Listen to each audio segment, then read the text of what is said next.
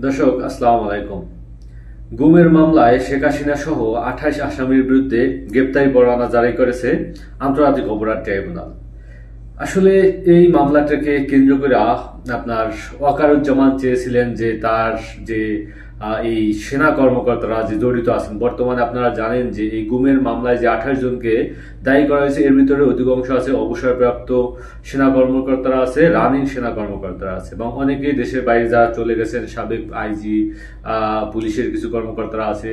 তো সেই জায়গা থেকে যারা বর্তমানে সেনাবাহিনীতে অন্তর্ভুক্ত, সেনাবাহিনীতে সার্ভ করতেছেন, সেনা সদস্যরা যারা সেনাবাহিনীর মানে উচ্চ পদস্থে কাজ করতেছেন, তারা কিন্তু এই গুমের মামলার আসামি এবং তাদের বিরুদ্ধে গ্রেপ্তারি পরোয়ানা। তো তাদেরকে বাঁচানোর জন্য জেনারেল ওয়াকারুজ্জামান কিন্তু বিভিন্নভাবে চেষ্টা চালিয়েছিলেন এবং এমনকি তিনি প্রধান বিচারপতির সাথেও নাকি সাক্ষাৎ করেছিলেন এমন একটি গুঞ্জন উঠছিল। তো সেই জায়গা থেকে তাহলে আসলে এখানে কি ওকারের পতন হয়ে গেল? জেনারেল ওয়াকারুজ্জামান কি বাঁচাতে পারলেন না তাদেরকে? এই যে গ্রেপ্তারি পরোয়ানা জারি করা হয়েছে এবং সেখানে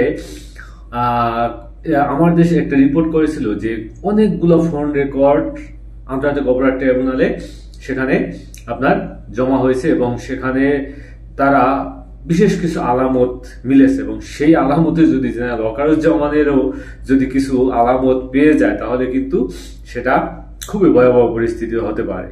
তো সেই জায়গা থেকে জেনারেল ওয়াকারুজ্জামানকে হয়তো ছাড় দিয়ে, যেহেতু তিনি সেনাপ্রধান এবং তিনি কিন্তু শেষমেশ চাপে হোক আর নিজের ইচ্ছায় হোক, যেভাবে হোক তিনি কিন্তু গুলি চালানি তার সেনাবাহিনীকে, যে কোনো ভাবে হোক আপনার সেনাবাহিনী কিন্তু জনগণের পক্ষে দাঁড়িয়েছিল। তো সেই জায়গা থেকে জেনারেল ওয়াকারকে ছাড় দিয়ে তারপর যারা আসলে গুম খুনের সাথে জড়িত তাদেরকে বিচারের আওতায় আনার জন্য এই যে একটা সিদ্ধান্ত নিয়েছে, আদালত যে পেরে উঠতে পেরেছে, এটা কিন্তু জেনারেল ওয়াকারের এক প্রকার পতন আপনি বলতে পারেন এবং ডক্টর ইউনূসের একটা জয় আপনি ধরে নিতে পারেন।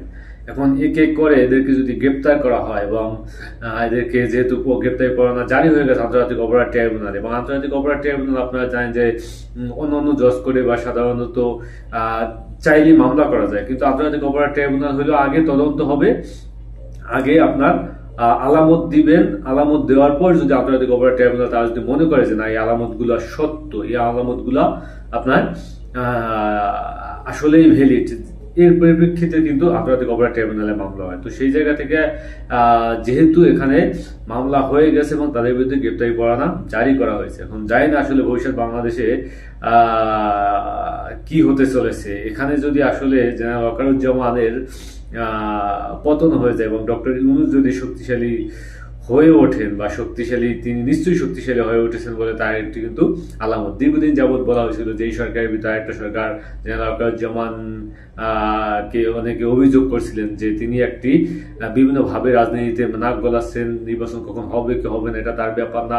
তো এইসব অভিযোগকে কেন্দ্র করে রাজনৈতিক দলগুলোকে যেভাবে কাঠা করছিলেন ডক্টর ইউনূস, তো সেই জায়গা থেকে ডক্টর ইউনূস হয়তো রাজনৈতিক দলগুলোর সাথে সিদ্ধান্ত নিয়েছেন যে আমি কিছু কাজ করতে চাই, সংস্কার কিছু বিচার আমি সম্পন্ন করে যেতে চাই এবং গিয়ে একটি সুষ্ঠু নির্বাচন আমি দিতে চাই। তো সেই ধারাবাহিকতায় আগানোর জন্যই আসলে এই যে যারা আসলে দীর্ঘদিন যাবৎ আওয়ামী লীগকে সার্ভ করেছেন, গুম খুনের সাথে জড়িত, তাদেরকে রেখে তো সুষ্ঠু নির্বাচন করা এটা চ্যালেঞ্জিং হবে। তো সেই জায়গা থেকেই এই বিচার কার্য সম্পন্ন করা এবং তাদের বিরুদ্ধে যেহেতু ভ্যালিড হয়তো কোনো প্রমাণাদি মিলেছে, তো সেই জায়গাতে বিচার অবশ্যই তারা সম্পন্ন করবেন।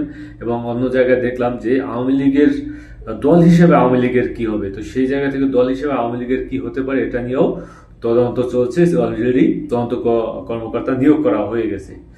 তো আসলে ধীরে ধীরে আওয়ামী লীগের যে প্রতিনিধিরা বাংলাদেশের ভিতরে সরকারের উচ্চপদস্থ বা বড় বড় সরকারি চাকরি করছিলেন তাদেরও কি পতন হতে চলেছে?